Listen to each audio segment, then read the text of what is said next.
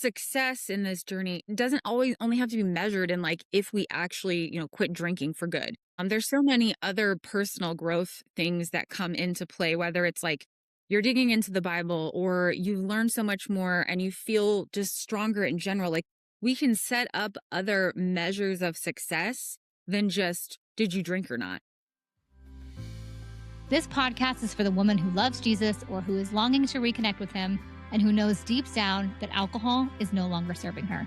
I'm your host and your coach, Christy Osborne. Here we'll talk honestly, with grace and truth, about how stepping away from wine opens the door to the love, joy, peace, and connection you've been searching for. Because, babe, those were never meant to be found in a bottle of wine. They're found in Jesus. Through scripture, coaching, and neuroscience, I'll help you make sense of your habits, your nervous system, and your heart so freedom feels possible and sustainable. You don't have to do this alone, babe.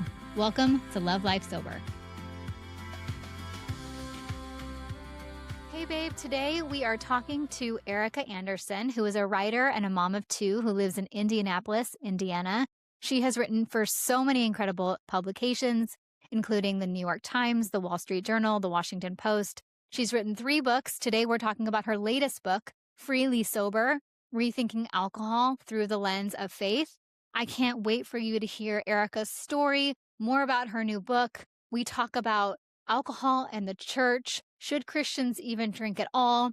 And we also touch on the new U.S. health guidelines for alcohol. This is such an important conversation, and I cannot wait for you to hear it. Hi, Ericka. Welcome to the Love Life Sober podcast. Thank you so much for being here.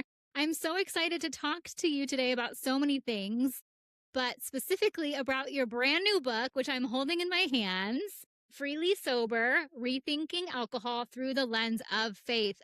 And we need it, babe. We need this book. How are you? What's going on?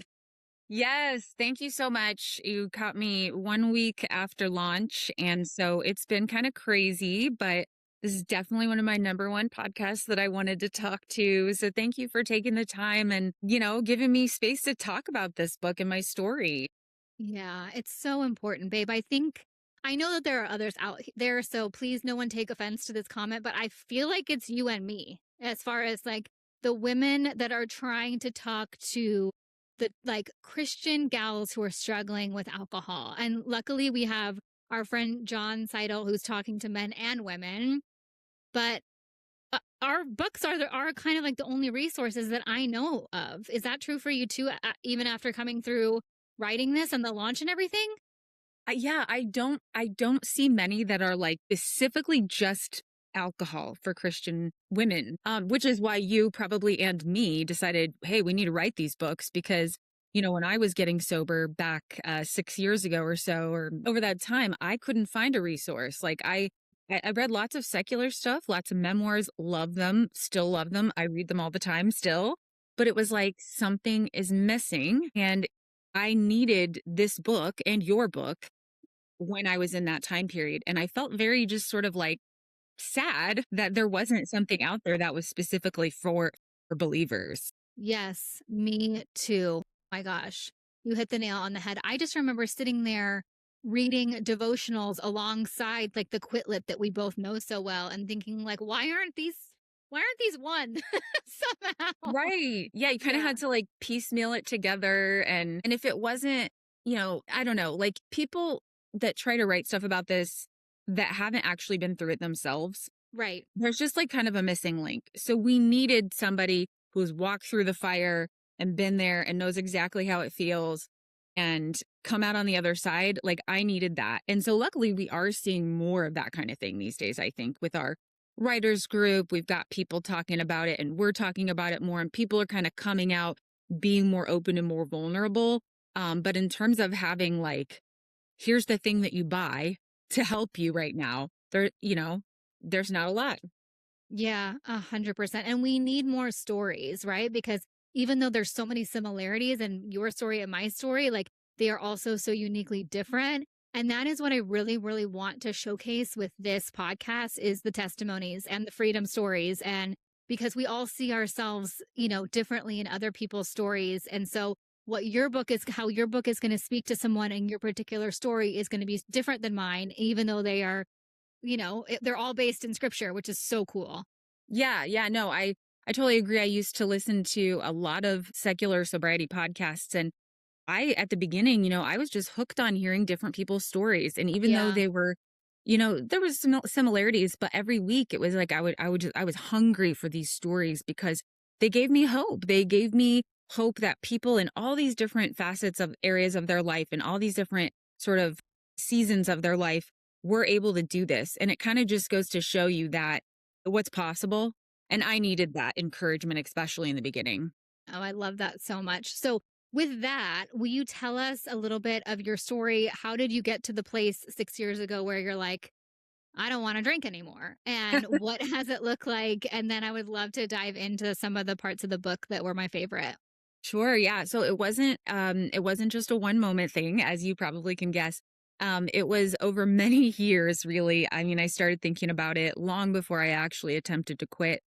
Simply because I would find myself in moments where I thought I'm drinking too much, or I Yeah. want this too much, or I've said something stupid.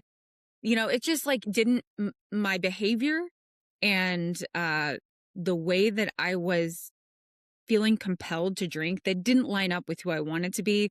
I knew it wasn't good for me. I knew it was detrimental to my faith in some ways because I felt very cut off from God and the Holy Spirit anytime I was drinking. It was, I love this quote that I don't know who said it, but it's something like, the devil doesn't need you to even get addicted. He just needs you to be distracted. That's really what it would do for me. And I literally would have a picture in my head of if I'm drinking, Satan can go somewhere else and not worry about me because there's nothing good going to happen. Not that I was going to go do something horrible, but just like I'm not doing any good for the kingdom. So he can just go worry about someone else. And so that was like very eye-opening to me to have that realization. Like I really actually thought that in my mind. And I just thought, why am I doing this? And I would pray about it, that God would take away this desire, that I would not struggle with this, that I would just find freedom from this. And in my mind, I thought, I hope that I can get rid of this out of my life someday. But it just felt impossible. It really just felt impossible that I would ever quit drinking. But it was the thought, and I've shared this many times, but I'll share it again, of one day I thought, do you want to be dealing with this when you're 70 years old? Do you? Like, you want to be having this problem when you're 70 years old? And that sort of recognition of my own mortality and what it would mean if I don't kick this really scared me. And I was like, no, I really don't. I don't want to be praying these prayers when I'm old. And so I think it was a combination of all these thoughts and factors and, movement to where I started investigating a little bit more about alcohol and Googling things. And that's when I found Annie Grace's This Naked Mind and some other communities and books. And I just started reading, not really expecting myself so much to quit drinking because I was reading, but just like, okay, maybe if I just like look into this, maybe there's something to it that I don't know that's Yeah. empowering. And so it was a slow process over a couple of years before I was actually able to quit. But that's one of the things that I really encourage people to do is like, don't put so much pressure on yourself. Like, allow yourself to get information because that information might change your mindset a little bit. Yeah. Yeah. That's so, so good, babe. How long do you think it was? And it can be like a ballpark estimate situation of like when you felt the Holy Spirit tap you on the shoulder and say, I think you should look at your relationship with drinking, to when you finally had that moment of like, okay, it's time. Man, gosh, I mean, honestly, the first time I probably heard that was when I was like 18 because Wow. I started drinking in high school. And by the end of high school, like it was really just my senior year that I really was drinking much. And I remember by the end of high school, I was like, this isn't right. Like, and it was a big immature way of thinking, but I was like, I was like, I need to go to Christian college so I can like get away from all this, which little did I know Christian colleges don't really take you away from drinking. I've been told by people.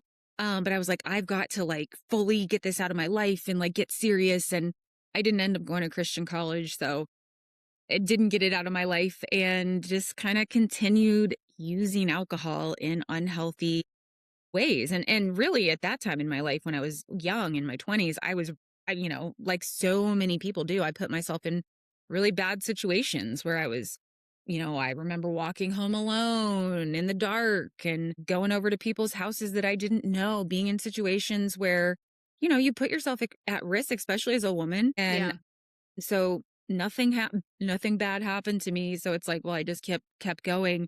But throughout my 20s, I would have you know, these over drinking situations where I'd have all this shame and guilt and really hate myself, take a week off and then it would be like, oh, I'm fine.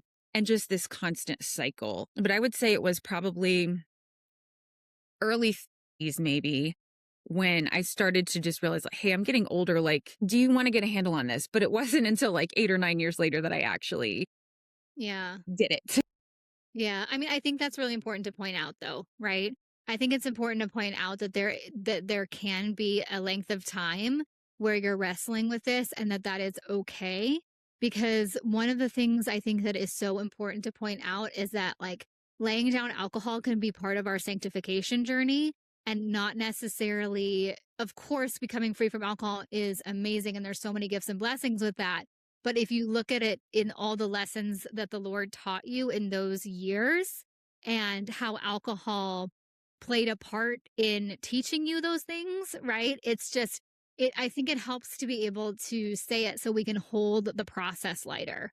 And maybe you're coming off of an attempt of a dry January and you feel like you failed because you didn't hit the 31-day mark. But if we just hold that like a little bit lighter and ask God what he's trying to teach us in the journey and the whole, if you zoom out a little bit, Hmm. then you can trust in his timing and his process.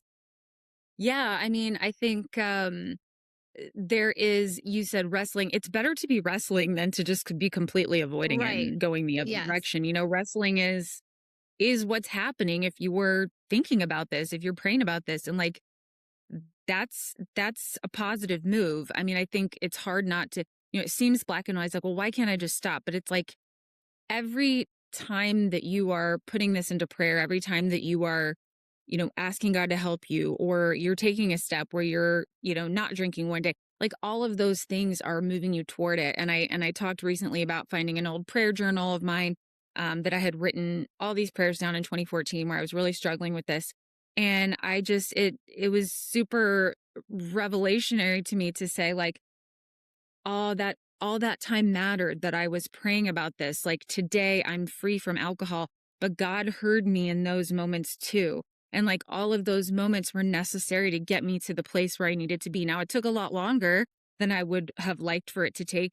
And had I, had I been able to do this earlier, sure, maybe I would have had more years of, sort of more flourishing in that way. However, like it takes as long as it takes. And Yeah. as long as we continue looking toward God and striving for that obedience, we're doing the right thing. And he's not going to let us go, and he hears us and he's walking with us. Yeah. I'm so, so glad that you said that, babe, because when you said I didn't want to wake up at 70, there's so many gals in my community that are in that like, age bracket of 60, 70 empty nesters. And what I want to encourage those gals is exactly what you just said, right?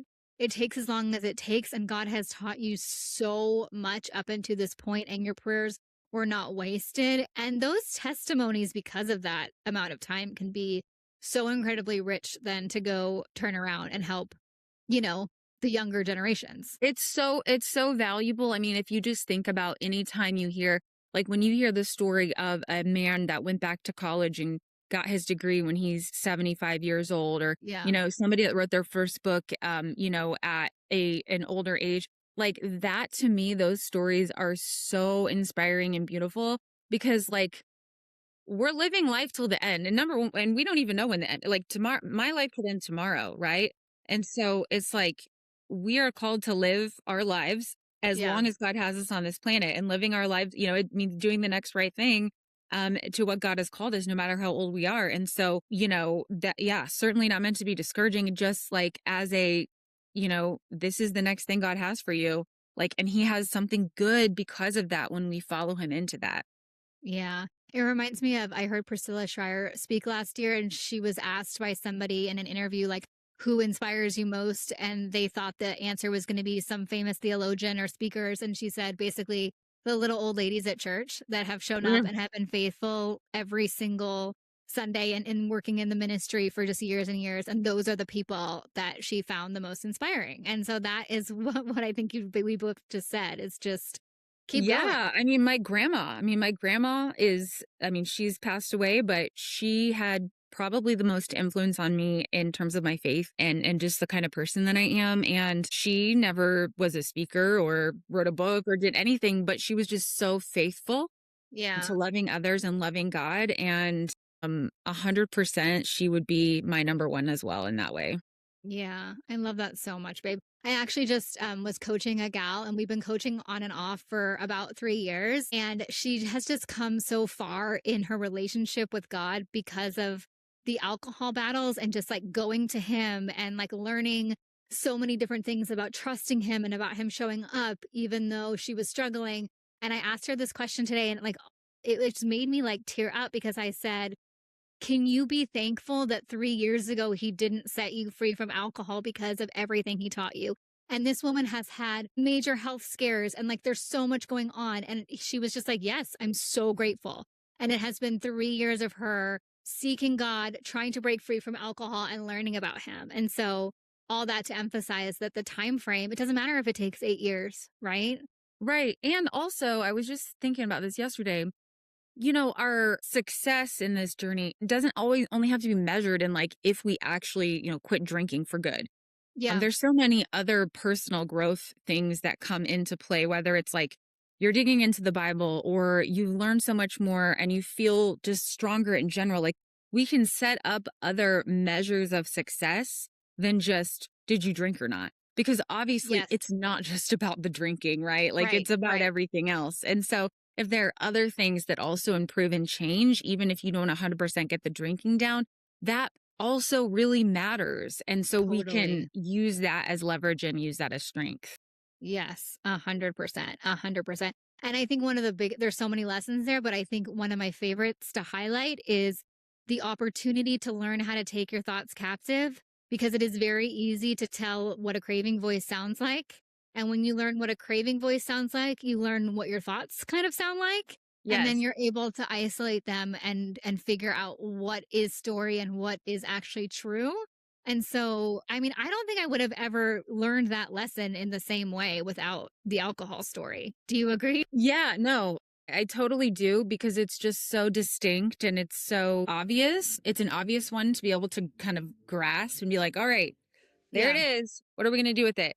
The other thing is, I think worth mentioning is just, I think one of the biggest lessons for me when quitting drinking was so many times those of us that deal with this issue of the craving and all of that, like it feels to me, and this is maybe just part of my personality type too. When I feel something bad, I feel like it's going to last forever. And I'm like, okay, this is never going away. Yeah. My arm is always going to hurt. I'm always going to want to drink. But what I've found, we've all given tips and tricks, but, one of the tips that I always give is like, here's a list of 5 things you have to do before you take a drink. So, like, go out and take 5 breaths, drink a full glass of water. And you realize once you kind of practice that a couple times, that feeling actually doesn't last. Yeah. And actually, if the time passes and you do something else or you give your body and mind something that it actually needs, you may realize, oh, and then the next time that happens, you can actually be like, okay, go back to that last situation. The feeling passed last time. And that gets stronger. It's like a muscle every time you do it. And that was Yeah. really helpful to me. Yeah. That's such a good reminder, babe. It is such a good reminder because you're so right. When you're in it, it doesn't feel like it feels like it's going to feel like that forever. One of my other favorite things to tell clients is to put a timer on. And if you put a timer on, it's usually like 30 minutes where it's really intense and that craving Yes. feels like it is smacking you in the face over and over and over again. But it is, and we can do anything by the grace of God for 30 minutes, right? And I Yeah. and I love that that tip to just do 5 things, right? Take a walk, Yeah. hop on your Peloton, just drink a glass of water, open up the Bible, read your favorite psalm, you know? Yeah. Or it's also just like it can also be like a sensory thing. I mean, it's not always Yes. convenient to like splash cold water on your face if you have makeup on, but like that's another thing. I mean, people, I'm not gonna say, hey, everybody should do cold plunging. I don't do that. I I don't don't like either, to be babe. cold. I'm never going to get into cold plunging because I do not like to be cold. I hate being cold. However, I will say I totally understand. I've done it and I get why people do it, but you can do that on a smaller level. And one thing that I do sometimes is I will fill up a bowl of ice water, has ice in it, and I'll just do my face, Yeah. and it really does like shock your system. And Okay. it makes you think about something else. And it's worth thinking of things like that that you can do. I mean, Yeah. whether it's like if it's cold outside, you just go outside, stick your face in some ice water, or like the endorphins of a workout also help. But like that kind of stuff shows you how really physical this is and how we actually do have the power to overcome these things. It is not Yes. necessary to do what it's telling you to do, even though it feels like it. Right. 100%. But who taught us to regulate our nervous system, right? I never learned that. True. True. Yeah, it's not taught. That's kind of the problem is like I don't know, we need to be thinking about this from the bottom up when Yes. people are littler than they are before adulthood. 100%. But that's another gift in doing this work, right? Is that we get to like, instead of telling our kids, stop crying, why are you crying? It's not going to help anything. We can be like, let it out, babe. Yeah. Yep, absolutely. We're helping the next generation, even though I could probably do a better job with that. But we all have our Listen, moments. we all could do a better job, but we're trying our best. Let's talk about the book, Freely Sober. Don't look at my nail Yes. polish. I am so excited that this is out in the world, babe, because I feel like it's one of those things, right? Because we're in our authors group together. I feel like we've been talking about it for a while and we both know how long this process takes, but it is out in the world. She is so beautiful. Oh, I would love thank to you. talk. Yeah. Would love to talk about the Should Christians Even Drink chapter Hmm. because I think this is so important. There's so much scripture in here. So, gals, when you go get this book, circle all the good scripture because it's so, so good. I wanted to do I wanted to really go into this in Love Life Sober. And because the chapters are more devotional style, my publisher is like, you're in the weeds. You don't But have time. we don't have time for this. But you went into the weeds where I wanted to go. And Well, so I it's was funny. so grateful. I was going to say it's funny, Christy, because in the original draft of this book, I didn't even have this chapter in here. Really? But when I turned in the draft, they were like, in your proposal, you really talked about this and you don't really have it in the book yet. And I was like, okay. So I really liked writing the chapter. So this chapter was actually written last, weirdly Oh my enough. And even though gosh. it's chapter 2. And I just thought it was super interesting. And like I just dove into it. And it's funny the scripture that you find in the Bible that maybe you didn't notice before, like where I talk here on page 36 of Proverbs 23, and I was Yeah. like, "Oh my gosh, this is me. This is a hangover." Listen, Yes. who Yes. has woe? Who has sorrow? Who has contentions, complaints? Who has wounds without cause, Mm, redness of eyes? Those who linger long at the wine, those who go in search of mixed wine. Do not look at the wine when it is red, when it sparkles in the cup, when it yeah. swirls around smoothly. At the last, it bites like a serpent and stings like a viper. Your eyes will see strange things and your heart will utter perverse things. Mm, I mean, you're like, how did I not notice this was in the Bible? And yeah. you're reading it and it's like, yeah, like when you're drunk, like you see things that maybe aren't there, or you say things that you wouldn't say. You don't Yeah. feel good.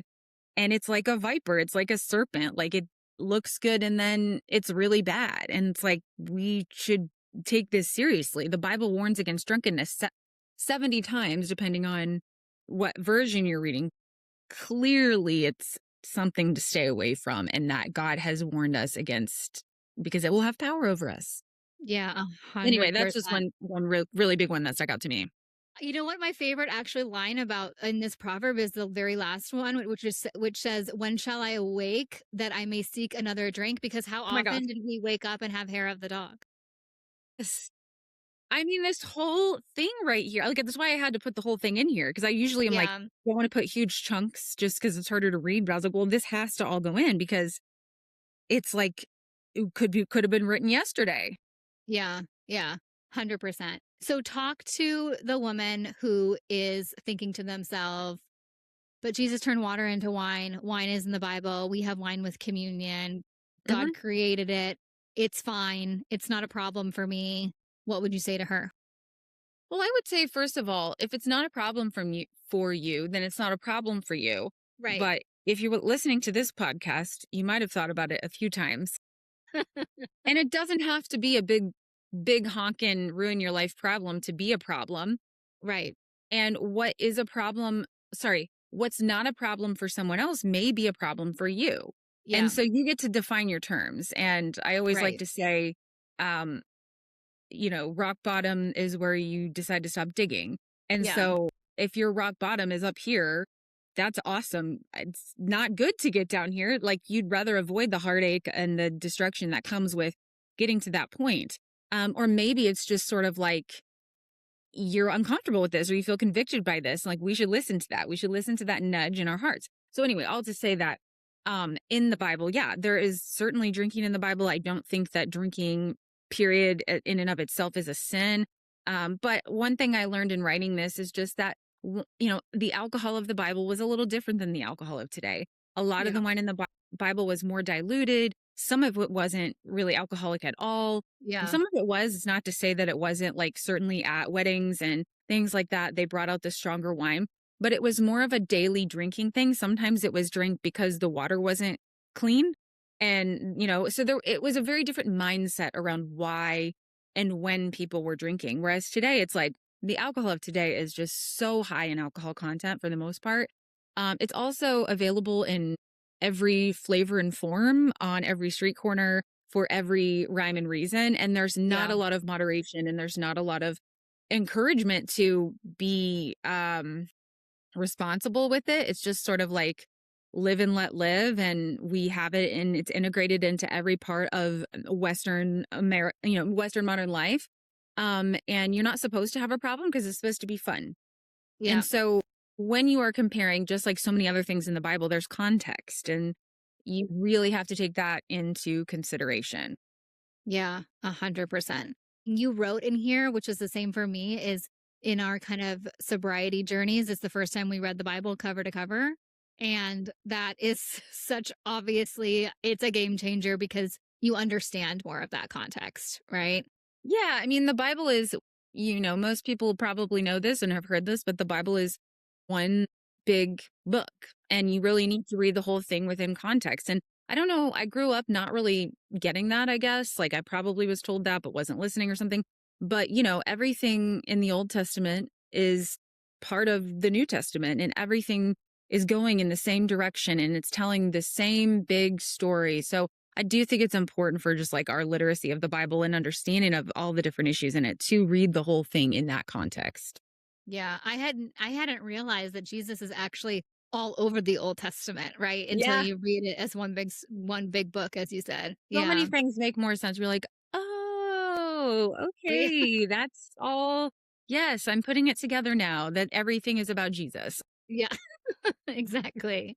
One of the illustrations that you give in here, which I love, and I actually heard you say this somewhere else, and it stuck with me when maybe you wrote it in a Substack, but drink, and I think it's a John Piper Mhm. sermon, but talk about how drinking alcohol can be a sin, and so can drinking water. Oh, yeah. So I loved it when I found this. I was like, oh, that makes the whole point. And so this is kind of what it was is someone had asked him, is it a sin to drink alcohol? And he said, I'm going to give you the same answer I would give you to the question, is it a sin to drink water? And the answer is that it could be. If you're drinking water and someone else needs it more, but you're drinking it as like a selfish thing, then yeah, it's a sin to be drinking that water. If you're drinking water when someone just warned you that it's contaminated and might kill you, that's a sin because we're supposed to protect our bodies. And so drinking water can be a sin. So Mhm. it's not about the water and it's not about the wine. It's Right. about the heart and the sort of the, yeah, like the intention, why you're doing it. Right. Yeah. And same thing with wine. If you're doing it for the wrong reasons, if you're doing it in a way that harms your body, takes you away from God, is harmful to someone else, like say your children or your family or whatever, like then it is a sin. And any time that you are getting drunk, that is a sin. And buzzed, I'm sorry, buzzed also counts as drunk because it's altering your mind and you're Yeah. not able to think clearly. You don't have as good discernment and what you're going to be doing. And just to kind of off point on kids, kids notice everything, and kids notice if you are even slightly buzzed. They are so attuned to even the littlest changes in your the way that you speak or your behavior, and we shouldn't be doing that to our kids. It makes them not feel safe. And I think that that is something that probably, like, if I were listening to this podcast, I'm just thinking about myself, if I was just exploring my relationship with alcohol and I would have heard somebody say buzz is the same, I would have been so resistant. And so if that is you listening to this right now, just stick with us and stay curious and keep learning, because I understand, and so does Ericka, like how that can land in a way that's like, oh, really? But that's the only way I can relax, girls. Or that's my only reward at the end of the day. And God made it, so it's fine. Just keep open and keep curious, because it goes back to what you said earlier, right? It's like, if you're kind of like not all there, the devil doesn't have to worry about you. He can go work on someone else because You're distracted. that's so good. Can I pause this just for a moment? If you're listening to this and thinking, I don't want to do this alone anymore, I want to tell you about the Love Life Sober community. This is the space where the podcast turns into real connection and real support. Inside the community, we gather weekly for live connection calls where you can listen, share, or simply just be present. There's a beautiful leadership team who hold this space with wisdom and care, a dedicated prayer request area, regular masterclasses led by expert guests, and even a worship music playlist to help you reconnect when your nervous system needs it. There's also a dedicated coaching space called True Vine for women who want even deeper support. The Love Life Sober community is a place to connect with like-minded women and open up in a way you might not be able to in your church or small group. This space was specifically created for women who are questioning their relationship with alcohol and who want the kind of freedom that only can be found in Jesus. All the details to join us are at the link in the show notes. I can't wait to meet you. Let's jump back into the episode. I want to talk about, and you write about this a lot, not only in the book, but also in your Substack, about the church and alcohol, because I think this is so important. I know what you're going to say to answer this question, but do you think the church is doing enough, and what can it do different? And what do you want to see the church as a whole kind of do to come alongside the women that are not just struggling with deep addiction, but for maybe you and me in like more of the gray area? Yeah. Well, I love the church, and I am not someone that likes to go out and criticize all the bad things with the church, because I think most churches are sort of small, heads down, doing the best they can where they are. And so I applaud the church for so much of what they do. I do think there's been a bit of a blind spot when it comes to this, simply, partially because, whenever it was decades ago when the church was like, alcohol is a personal freedom issue. I mean, we did have times when it was like, drinking is bad and like nobody drank, but like that's not how it is these days. And so I think it's been seen as a personal freedom issue, therefore not really addressed. And also it's because it's something people don't really want to think about. They don't really want to hear a sermon about it. It's just sort of like under the radar. And also people that are struggling, a lot of gray area people especially, nobody knows they're struggling, because they're doing it in private. They're doing it at home. They're not telling anyone because they don't want to have to stop. And so I think what I'd like to do with this book and these conversations is just bring that awareness to the conversation. So when you look at the statistics, I want to say, I can't think right now what the stat is in terms of what percentage of women are struggling with alcohol in some way, shape, or form. But you can basically like transpose that onto the church and know that like if your church has 200 women in it, 20 of them may be struggling with alcohol. Yeah. And just knowing that statistic gives you information to be able to speak to that. And I'm not saying there should be like a huge, theme on alcohol in the church, but I do think we need to, number one, be like, we know there are people struggling, even if we don't know who they are.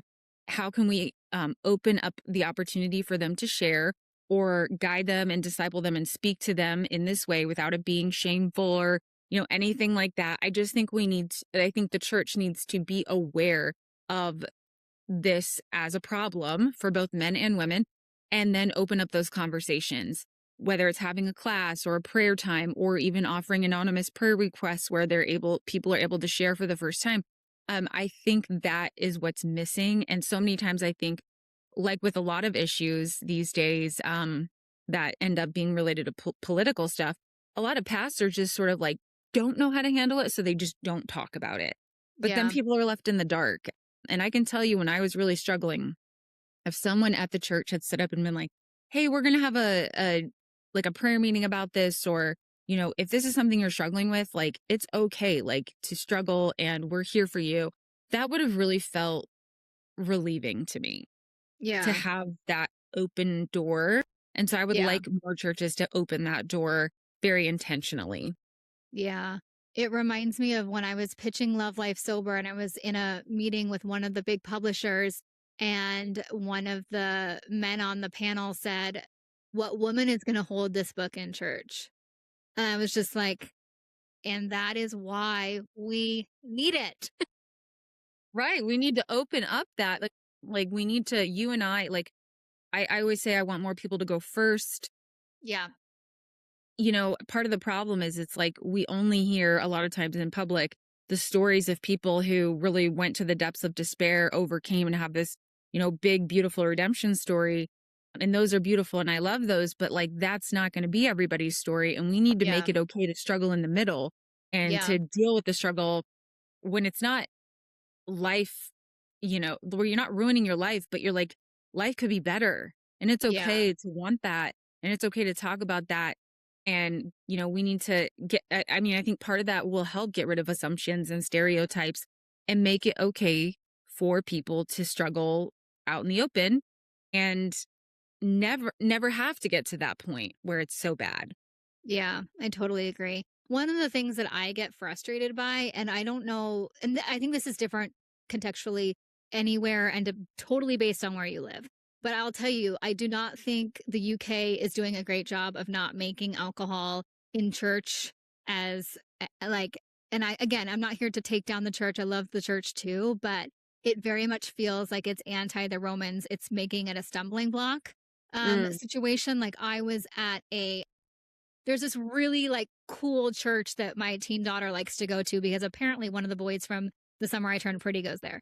So she will get on a train and she will go commute like an hour to go to this church. And I went to a service with her once, and at the beginning the pastor was like, "Okay, everyone, meet at the pub when the service is over. First round is on me." And I was just like, "What?" No, I don't like that at all. And like again, it's one of those things where here everything is done at the pub. Like it is just still that way, unfortunately, even in this day and age. Well, it's like, the social side, people are like, what the social side? It's like, well, they're like, you don't have to drink actual alcohol to be social. Right. Right. Yeah.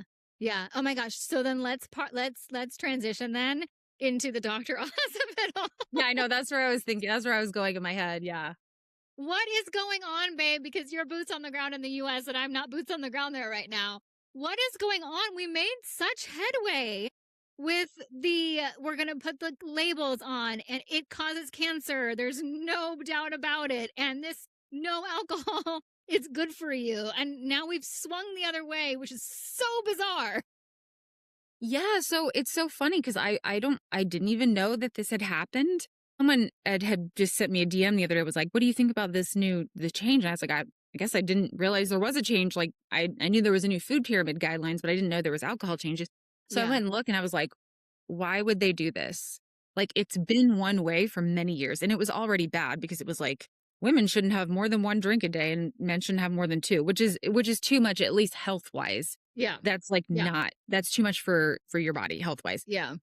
And then they had also had that distinction between men and women, which does really matter because men and women's Totally. bodies are so different. Yeah. So they changed it from that to drink less alcohol for a healthier life, something like that. So like zero guidance whatsoever and no distinction between men and women. And so I'm just thinking to myself, why did that happen? And the Yeah. only thing I can think is that somebody that Yeah. cares about the alcohol industry has Yep. influenced this. I don't know what else it could be, because what, Yeah. as you said, like they have been recommending we put these cancer labels on alcoholic beverages, just like cigarettes. And I thought that was great. And so I see this and like it wasn't being talked about. It's not being reported. Like that's why I'm sort of trying to bring it to light, because I'm like, and part of you is like, I got some people on TikTok being like, well, you should just take responsibility for yourself and educate yourself. And it's like, yeah, of course you should. You should. However, something coming from the top down, Yeah. from the head of government down, does influence the thought process behind this. And it does influence the way people behave and all of that. So it actually does matter. And when they get it wrong, I think that it should be called out. So just as the US government is so concerned with getting toxins and dyes out of our food, which I Yes. totally All the food support, coloring it's stuff. like, Yeah. well, this does not line up with that at all. This is like moving away from the Maha mentality. Yeah. And so I don't know. I don't know what to say. I'm very curious, but somebody had to have an influence on that. Don't know who it is though. Yeah. Oh my gosh. Let's try to find out who it is. It's got to be one Yeah. of the big. And then Yeah. Dr. Oz said, alcohol is a social lubricant that brings people together and is very connecting. And it's like, dude, that is the wrong mindset. Yeah. I haven't drank for over 5 years, and I'm a very social person. So I constantly am at gatherings and doing things, and I just don't drink alcohol. And there's so many non-alcoholic options out there. Yeah. It's really just like, why don't we just reframe the situation? We just need more opportunities. Like in the modern life, we are less social people in general. So Yeah. there's been a breakdown of like the third place, the place where people would gather outside of work and home to be together. Like that's been broken down, and it doesn't have anything to do with alcohol. We need to restore like that civic part of society and bring people Yeah. together for good reasons, instead of just being like, yeah, well, if we take away alcohol, what are you going to Yeah. do? Because that's just Right.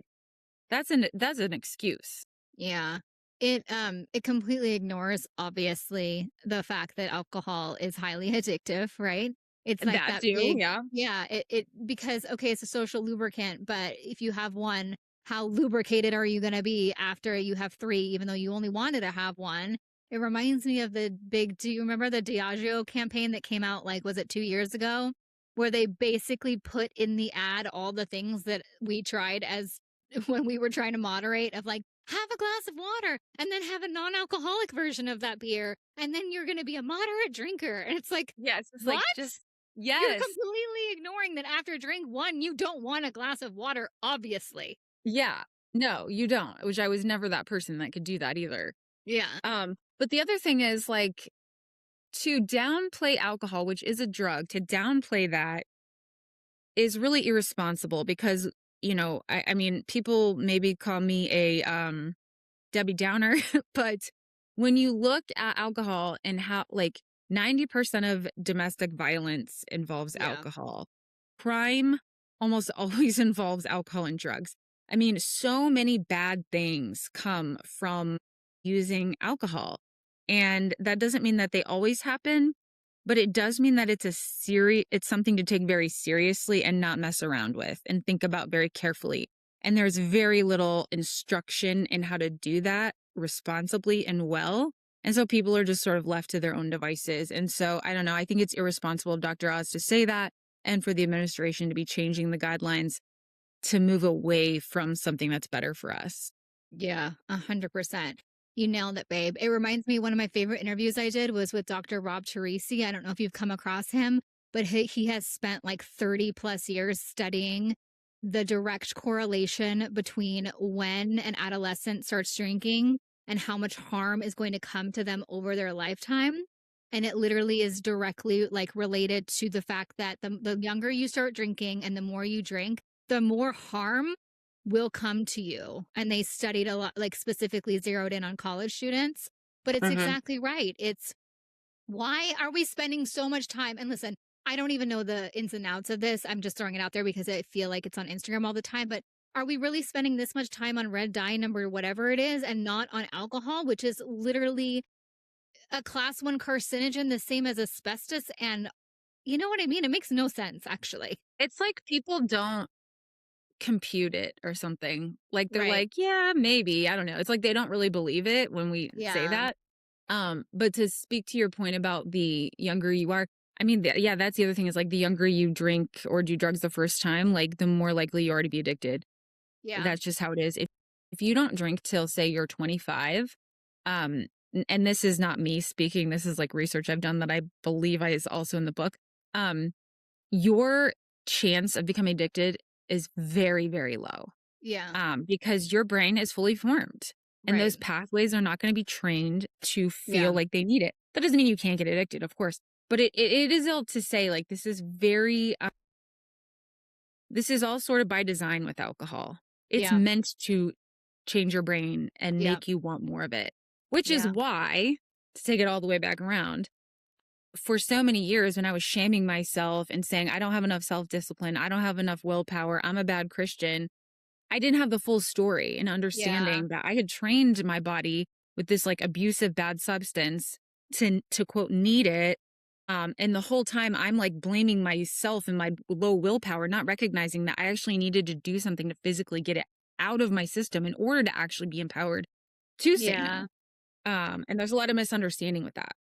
Yeah. That's so good, babe. I'm so glad you said that. And what a perfect way to land the plane. That is so, so good. Every chapter of Love Life Sober ends with a tiny new action. And I would love for you to give the listeners one tiny new action. And then please, please, please tell us where we can all find Freely Sober and we can read more of your writing. Okay, so I'll say this. I have been really getting into mobility lately. Just like I love stretching. If you are not regularly just like stretching your body and just like, you know how it feels so good, like when you get up in the morning, you're like, Yeah. oh, that feels Yeah. so good. Like you can actually make it the whole rest of your body feel like that. It's so Yeah. amazing. And so I would just say like start stretching. Yeah. It Maybe sounds put weird. that in as one of your 5 things, right? When you've got a craving, it's just do a good Yeah. stretch. Yeah. Yeah. But also like I've been doing it every day. Like I'm actually doing this little mobility app and you're just like, wow, this is something that feels so good. It's so good for me. It gets you out of your head. It's clarifying to your thoughts. I mean, it's just like, it's weird how magical it is for me. So I would say like, Google some mobility videos and just like start stretching because you're going to feel better just overall. So that's something I would say for my little thing today. I love that. I love that. Tell everybody where they can find Freely Sober. Yes. So you can find Freely Sober and more information about it at freelysober.com. But if you're like totally ready to buy it, you can just go on Amazon and buy it. Freely Sober, Ericka Andersen, wherever books are sold, most common, Amazon is the easiest spot to get it, the quickest spot to get it.